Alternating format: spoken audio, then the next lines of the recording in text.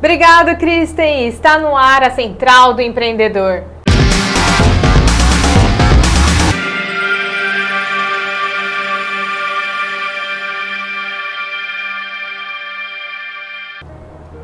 O programa de hoje, Marcele, vai ser muito interessante, eu acredito porque hoje vai falar sobre as leis do trabalho, né? Eu tenho um funcionário, ou eu sou funcionária, então o que eu tenho direito, o que a empresa tem direito, enfim, quais são os deveres, então vamos tirar algumas dúvidas do pessoal sobre isso. Ai, muito legal, vai ser recheado de respostas aqui, porque esse é um tema que tem muita dúvida, mas muita dúvida.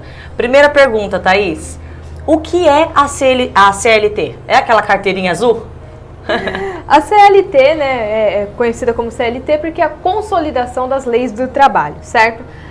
Consolidação das leis do trabalho, basicamente uma gama de leis que foi criada lá em 1943. Sabe quando a gente fala que dia 1º de maio é dia do trabalho? Sim. Então, 1º de maio de 1943 foi criado aí a consolidação das leis do trabalho, né, as leis, né, do trabalho, que regem até hoje, né, foram mudadas, é lógico, nesse meio tempo, né, até então algumas regras. E o que ela fala? Ela fala sobre o que o funcionário tem como dever, tem como vantagens, e também o que a empresa tem como dever, como vantagens, não somente empresas, mas, por exemplo, você pode ser funcionário de alguma residência, né, de alguma pessoa física, né, não necessariamente de uma PJ, né, de uma pessoa jurídica, né.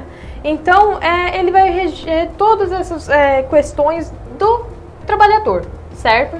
E aquela carteirinha azul lá, na verdade, é só onde você faz o registro físico do que está acontecendo ali, de quem que é o trabalhador, onde que ele está trabalhando, se é empresa, se é para uma pessoa física, enfim, todo o registro fica ali naquela carteirinha, que a gente chama só de carteirinha do trabalho mesmo, tá? Ah, legal. Thaís, então quais são as vantagens de ser seletista, possuir esse registro em carteirinha, né, ou seletista, depende como vocês prefiram falar?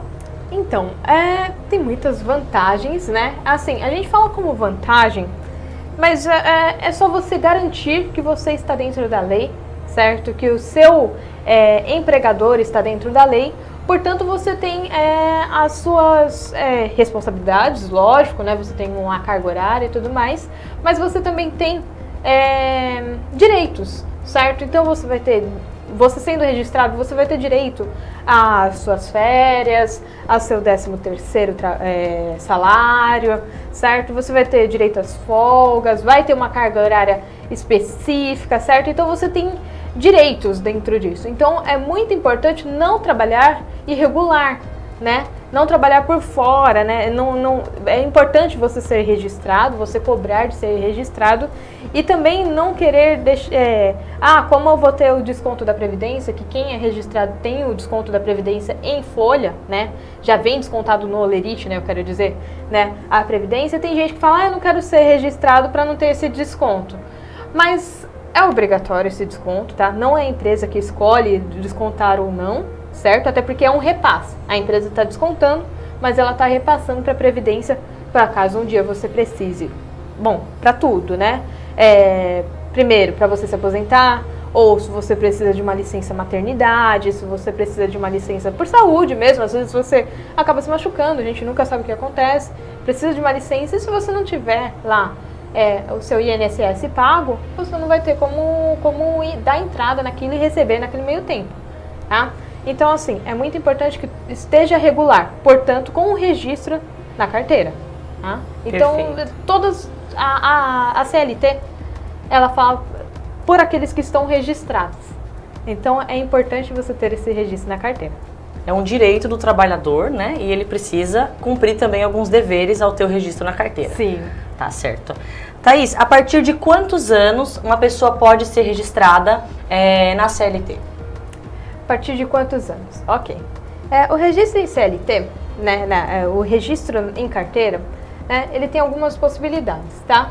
A partir dos 16 anos, você já pode ser registrado normalmente numa empresa, tá? E quando eu falo normalmente, é com carga horária específica, tudo bonitinho, né? Lógico, como se você tivesse 18 anos pra cima, tá? Normal. A única diferença entre os 16 e 18 anos é que seu horário de trabalho não pode encontrar com o escolar.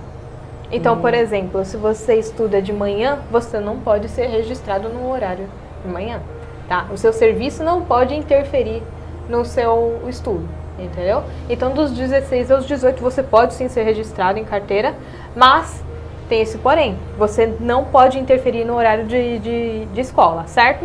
E aí, antes disso, né, se você tiver 14 anos, por exemplo, de 14 até os 16, você também pode ser registrado, mas tem um detalhe, esse registro é quando você é menor aprendiz, certo? Para você ser menor aprendiz, não basta você ir lá na empresa e falar assim, eu tenho 14 anos e quero ser menor aprendiz, tá? Tem todo um cadastro, não só do funcionário, né, de quem for lá prestar o serviço, mas da empresa também. A empresa tem que ter tem algumas exigências do governo para isso, né? E uma delas é que alguém dentro da empresa tenha uma formação, uma graduação, para que ele possa passar alguma coisa para quem está trabalhando ali. Porque esse trabalho do jovem aprendiz, ele é para aprender, certo? Não é um trabalho, ele é como fosse um estágio. Porque no meio desse, né, porque essa carga horária do jovem aprendiz, ela tem algumas diferenças, tá? Então vai ter ali no meio da semana os cursos que eles têm de fazer, certo? E também ele tem que estar aprendendo, não é só trabalho, né? Joga lá tudo na mão da criatura e deixa ela lá, né, trabalhando, entendeu? Não, ela tem que aprender, ela tá ali para aprender. Então ela vai aprender um pouquinho trabalhando, né? Mas tem que estar dentro daquele curso que ele está fazendo, entendeu? Tem que seguir algumas normas, né? E a empresa tem que estar cadastrada ela também para receber esse jovem aprendiz. Então ele vai ter um registro em carteira, bonitinho, lá naquela carteirinha azul, ou na carteira digital, tá? Hoje em dia as carteiras são digitais, sim, sim. Tá? Mas precisa, sim, ter todo um cadastro anterior. Não adianta só você chamar lá, o meu sobrinho tem 14 anos, vou colocá-lo para trabalhar aqui na minha loja. Não, precisa ter todo um pré-requisito, tem um pré-requisito para isso. Tá, e Thaís, você sabe onde é que as pessoas, os pré-adolescentes, os pais deles provavelmente, fazem esse cadastro? Então, em cada cidade normalmente tem um polo, né, para esse cadastro. Também hoje em dia, com a facilidade de acesso, né, da internet, né, você pode entrar lá e procurar onde que é o polo aqui em Peruíbe, onde que é o polo em Mongaguá, em Itanhaém, né, para fazer esse cadastro, tá? Tá, legal. E toda empresa, Thaís, é obrigada a admitir um menor aprendiz? Como que isso funciona? Ou só os interessados?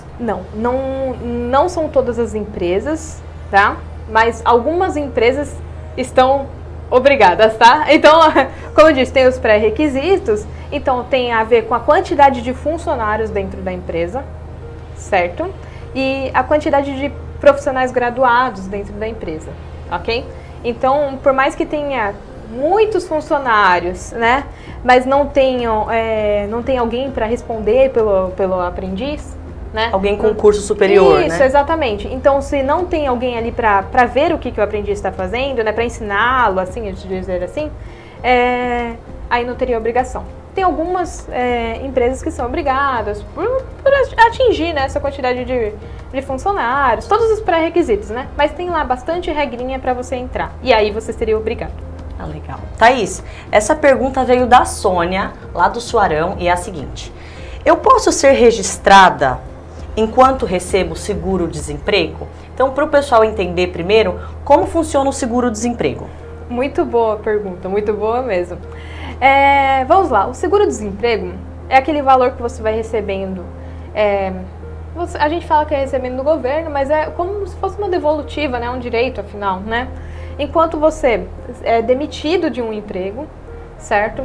Tem algumas regras de tempo que você estava trabalhando, se você foi demitido em outro emprego antes, enfim, tem algumas regras que você tem que estar dentro, né? Mas normalmente você tira todas essas dúvidas lá no PAT Cine, né, da cidade, quando você vai fazer o cadastro, certo? Para o seguro-desemprego, né? Mas assim, o que você verá lá? É exatamente isso, o tempo que você estava trabalhando, o valor que você recebia nesse meio tempo, né? Se você estava registrado, porque não adianta estar só trabalhando, você tem de estar registrado, que volta naquilo que a gente estava falando inicialmente, porque é muito importante o registro por conta dos seus direitos. Então você recebe um valor mensal. Então é importante com esse registro, né, vendo toda essa situação, eles vão falar, quanto tempo você vai receber esse seguro-desemprego, que é para até você ser empregado novamente, ter novamente uma renda, certo? Ou você abrir uma empresa, enfim, você não precisa estar empregado, você pode simplesmente abrir uma empresa, ou só expira o tempo e você para de receber o seguro-desemprego, certo? Então, assim, esse valor é para você ir se mantendo, já que você foi demitido, certo?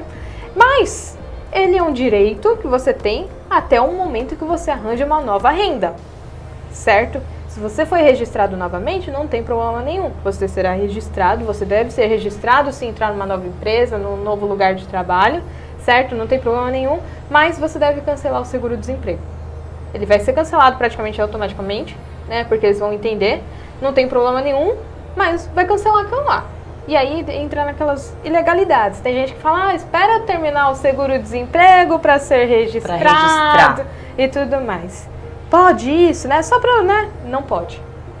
A partir do momento, você como empresa, né? Ou você como empregador, né? Pode ser na sua casa também. Que você está trazendo alguém para trabalhar com você, você precisa registrar a pessoa. Certo? Se não for pelo bem da pessoa, pense em você mesmo. Pode dar problema para você. Exato. Evite processos trabalhistas. Registre a pessoa, certo? E aí, mas eu estou recebendo seguro-desemprego, né? Isso me ajuda porque é um valor a mais que está vindo, né? Bom, é aquilo que eu falei, né? Você tem que entender que é uma renda, não é a mais. É uma renda para você se manter enquanto não consegue uma nova, certo? Se você já está sendo registrado, se você vai conseguir uma nova, você não precisa receber aquilo. Deixe para outra pessoa receber. Legal. Thaís, mas... Bom, vamos para a próxima pergunta. Eu posso ser registrado em mais de um lugar ao mesmo tempo? Perfeito. É uma dúvida minha também, tenho que admitir. Pode ser registrado em mais de um lugar ao mesmo tempo. Sim, sem problema, desde que uma carga horária não atrapalhe na outra. Não tem como eu começar, eu estou registrada lá para trabalhar das 8 às 16 e no outro serviço eu trabalhar das 15 até, certo? Tá atrapalhando uma carga ali na outra, certo? Outra dúvida curiosa agora, se por acaso eu for demitida de um serviço e do outro serviço ao mesmo tempo, é uma hipótese um pouco absurda, mas pode existir, né? Eu recebo 2 seguros-desempregos? Recebe pelos 2. Tá? É lógico que vai ter toda uma avaliação, aquilo que eu falei, de tempo de serviço, porque às vezes você está menos tempo num serviço do que no outro, mas vamos dizer que você está trabalhando há 2 anos nos 2 empregos, certo? E você é demitida dos 2, ok? Demitida, não pediu demissão, você é demitida dos 2, certo? Você pode dar entrada sim e receber o valor proporcional a cada um, lógico, né? Do seguro-desemprego. E no caso, Thaís, de perder a carteira de trabalho, o que a pessoa faz? Tem como fazer uma segunda via? Onde a pessoa vai para fazer uma segunda via? Como funciona? Até o início da pandemia, né, de Covid-19, você teria de tirar uma segunda via, certo? Hoje em dia, você usa a sua carteira digital de trabalho, tudo muito mais fácil, tá? Você não deixa de ser registrado por conta disso. Antes de responder uma próxima pergunta, vamos para o intervalo comercial. Vamos sim.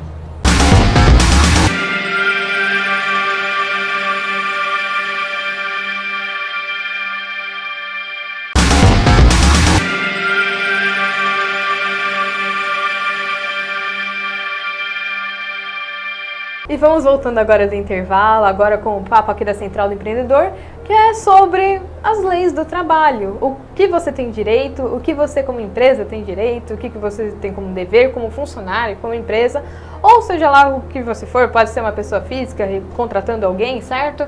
Então, vamos para a próxima pergunta? Vamos sim, Thaís. Essa imprescindível. Eu posso escolher quando serão as minhas férias? As férias é um direito do trabalhador, certo? Depois que ele completa um ano de casa, né? 365 dias. Quando eu falo de casa, eu quero dizer dentro da empresa, de tá? Trabalho. Exato, de registro, vamos lá. O costume também de falar da empresa, né? Que não necessariamente uma empresa, né? Então, quando o trabalhador ele completa um ano de registro, certo?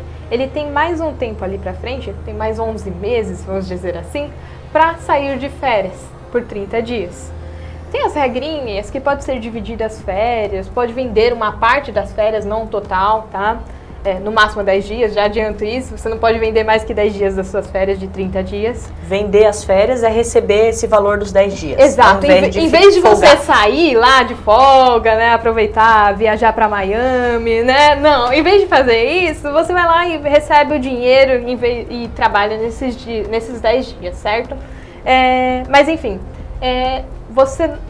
quem decide quando você sairá de férias é a empresa. Tá? Então, mas ultrapassou esse tempo, certo? Quando você sair de férias futuramente, se ultrapassou o tempo que você tem para sair de férias, né? Aí você vai ganhar em dobro. Mas ainda assim eu tô achando que é um absurdo, e aí você vai ter que sair da empresa ou entrar com, né, conversar ali com a empresa, com o responsável, enfim. Não foi o suficiente, você não conseguiu sair de férias ainda, você está precisando disso e está vendo que não está dando certo, aí é questão de processo mesmo trabalhista, né, tentar entrar nisso, né? Mas é lógico, né? Dá para conversar com, dependendo de quem for, né, a empresa ou o seu empregador, chegar a um acordo, né? Falar assim, né, meu marido, né, no nosso caso aqui, que é casado, meu marido ele sai em julho de férias, eu posso sair junto com ele? Tem algum... Sempre foram de acordo com a empresa, né? É lógico, é que tem empresas que, por exemplo, escolas, né? Escolas têm datas específicas para tirar férias, recesso e tudo mais, né? Você não vai querer tirar férias no meio do ano letivo, certo? Consegue? Até consegue, dependendo da situação, né? Mas se você for, por exemplo, um ADI, né? Que é auxiliar de desenvolvimento infantil, você não for professor, né? Não vai atrapalhar muito ali. Se você for da secretaria, em vez de, né? Aí você até conversa com o diretor da escola, né? Vê se você pode tirar ali, né? Em uma data, setembro da vida, né? Por exemplo, né? Mas, é lógico, sempre vai de acordo com o que a empresa pode propor a você, certo? Quem escolhe a data de fato é a empresa. Mas, converse. Legal. Thaís, essa pergunta, ela diz o seguinte, é da Márcia, lá do Suarão. Existe esse negócio de fazer acordo quando sai do serviço? Isso é muito comum, gente. Isso é uma coisa que acontece muito. A gente sempre ouve falar que um patrão fez um acordo tal. E eu já vou juntar com a pergunta do patrão aqui. Fiz um acordo e o meu funcionário não me devolveu o valor da multa que combinamos. O que posso fazer? Responde a primeira. Vamos lá. Esse negócio de acordo existe desde 2017, quando o governo Temer, né, então o governo Temer, eles aprovaram essa questão de acordos de trabalho, tá? Mas o acordo é diferente daquilo que normalmente fazem por aí, né? O acordo, quando legalizado, quando certinho, bonitinho, que pode ocorrer desde 2017 somente, ou seja, quem fez antes disso já fora da lei. Totalmente fora da... né? O acordo funciona assim, tem vantagens e desvantagens para cada um, certo? A primeira questão é, o aviso prévio, se ele for indenizado, por exemplo, né, ao funcionário, então, não quero que você trabalhe agora esses próximos 30 dias, né, que é por lei, né, consta lá, né, eu não quero que você trabalhe o aviso prévio, então normalmente é indenizado os 30 dias de trabalho, é o valor do salário, certo? Então, é por metade, você vai receber pela metade somente, ok? Você como trabalhador, né? Então, quando você é demitido, isso. Quando você pede para sair fazer esse acordo, há um aviso prévio de 30 dias. Isso, mas se ele for indenizado, você só vai receber metade dele, tá? Certo? Essa é a primeira parte do acordo. A segunda é que, assim, quando você for recolher o seu FGTS, que é o Fundo de Garantia do Trabalhador, que é aquele que vem, aqueles 8%, né, do que você recebe, que é guardado lá numa conta lá, certo? Para você retirar quando for sair, você não vai receber 100% dele. Você não consegue retirar 100% dele, tá? Você vai conseguir retirar no máximo 80% dele. Isso é no acordo dentro da lei. Exatamente. Então, e o restante do FGTS que fica retido, ele acumula? Ele fica guardado lá, tá? Ele fica guardado, aí tem aquelas questões de calamidade pública em que você pode fazer o saque, certo? E só lembrando, quem opta, né? E aí independente da situação, se for acordo, se não for acordo, né? Quem opta por saque aniversário, já sabe que não tem o saque quando você sai, certo? E aí tem também a questão da multa. A multa de FGTS normalmente, né, é 40% que você recolhe, né, pro trabalhador. Quando você faz esse acordo, você só paga metade. Tá? Então tem algumas regras em que, dependendo da situação, nem é vantagem para ninguém, certo? Mas, né? Mas se for fazer acordo, faça dentro da lei. Aquele negócio de, bom, e aí a gente vai entrar na segunda questão, né? Que foi mais ou menos isso. Ah, eu sou patrão, né? Eu sou empregador aqui. A fulana, a Joaquina, pediu pra eu demissão, né? E a gente quer fazer um acordo, tá pedindo para fazer um acordo, então eu vou lá, pago a multa de FGTS, que são os 40%, né? Pago tudo certinho, depois ela me devolve essa multa, certo? Isso daí tá por fora, tá? Isso daí já não é legal. Ilegal. É ilegal, porque normalmente fazem isso pra quê? Pra conseguir o seguro-desemprego, conseguir sacar o FGTS. Mas se a pessoa tá pedindo demissão, se ela tá querendo sair, né? Ela não tem direito a isso. Ela está querendo sair, certo? E aí você está corroborando, você como um empregador, você está corroborando com um crime, certo? Você está fingindo algo que não está acontecendo só para a pessoa se beneficiar de um valor que, na verdade, ela não teria direito, certo? A partir do momento que você está se beneficiando de valor que você não tem direito, você está roubando, certo? Ah, mas é do governo, é isso e aquilo, não importa. É roubo do mesmo jeito. É roubo do mesmo jeito. Então, é até interessante essa questão quando você é demitido por uma empresa, certo? Você é demitido. E a empresa quer te recontratar, se for muito próximo, inclusive, é considerado fraude. Pode ser considerado fraude e você pode ter de devolver todo aquele valor. Tem bastante coisas assim. Nesse caso em questão, né, de você ser demitido por uma empresa e voltar, tem uma certa fragilidade ali que as pessoas têm que levar em consideração. Tá? Porque normalmente se você está demitindo alguém, aquela pessoa não estava fazendo bem para a empresa ou enfim para você e você querer recontratá-la não é muito normal. Então eles consideram que é uma fraude. Certo? Quer dizer que a pessoa só saiu para receber aquele dinheiro e está voltando. E está voltando, exatamente. Tá? E provavelmente nesse meio tempo que ela estava recebendo esse dinheiro, ela também estava trabalhando para você de forma irregular, sem registro. Então, assim, você entra em diversos problemas aí trabalhistas, tá? Então, demite. Se for demitir, já demite certinho. Se não for demitir e a pessoa quiser se demitir, deixa ela demitir. Se for entrar em um acordo, porque é muito tempo de empresa, nós gostamos do funcionário, ele quer... Então faça pelo acordo legal. Não faça essa de, eu pago a multa e depois você me devolve. E aí entra a questão, aí a pergunta aí que veio do telespectador. Certo? E se eu paguei a multa e ele não me devolveu? E agora? Bom, problema seu. Você está ilegal. Não tem muito como você chorar pra alguém, né? Você pagou a multa porque você demitiu a pessoa. Sim. Lá vai estar que você demitiu a pessoa. Sim. Se a pessoa não cumpriu com o seu acordo ilegal, aí, né, vai fazer o quê, né? Não tem muito como correr atrás, tá? Thaís, feriado é pago em dobro? Depende, tá? Situações. Além da CLT, a gente tem também as convenções coletivas do trabalhador. A convenção ela é feita pelos sindicatos dos trabalhadores de cada área, certo? E aí eles vão definir algumas regras que não fujam da CLT. Lógico, a CLT é quem manda, certo? Então, regras assim, o piso salarial da categoria, certo? Aí pode ser mais alto do que da CLT, não pode ser mais baixo. A CLT fala que é no mínimo o salário mínimo, né? Certo? Então, se for mais alto, ok. Se for mais baixo, já não pode. Exceto algumas situações que eu nem vou entrar na questão aqui, mas enfim, em geral, tem esse acordo, certo? E aí vai ter algumas regras. Algumas categorias dizem que você pode trabalhar normal. São poucas.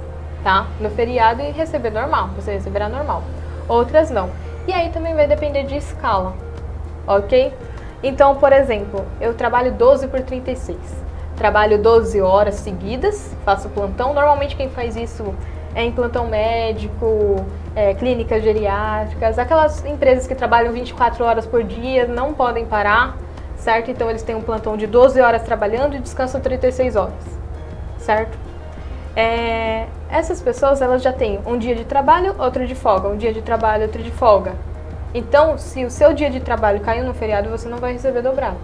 Depende muito da categoria. Exato, né? Não dá pra eu falar assim, todo mundo vai receber dobrado no feriado. Não é, tá? Mas a maior parte, sim, a maior parte das categorias, sim, recebe dobrado. Mas aí tudo vai depender se você está sindicalizado, né? Se você paga o sindicato, se você, se a sua convenção diz isso, entendeu? Aí vai ter que entrar nas regrinhas ali e ver como é que funciona. Mas em geral, sim. Tá? Thaís, qual é o prazo da estabilidade depois que eu ganhei meu bebê? Então, o funcionário era gestante, a funcionária era gestante, e aí ela ganhou o bebê e o patrão disse que tinha uma estabilidade ainda. Certo. Como que funciona? Primeiro você tem que estar dentro da sua licença maternidade, certo? A sua estabilidade normalmente gere dentro da sua licença maternidade, certo? Normalmente a licença maternidade são 120 dias, certo? Os 4 meses lá após, né, ganhar o bebê. Ela pode aumentar dependendo da situação da criança.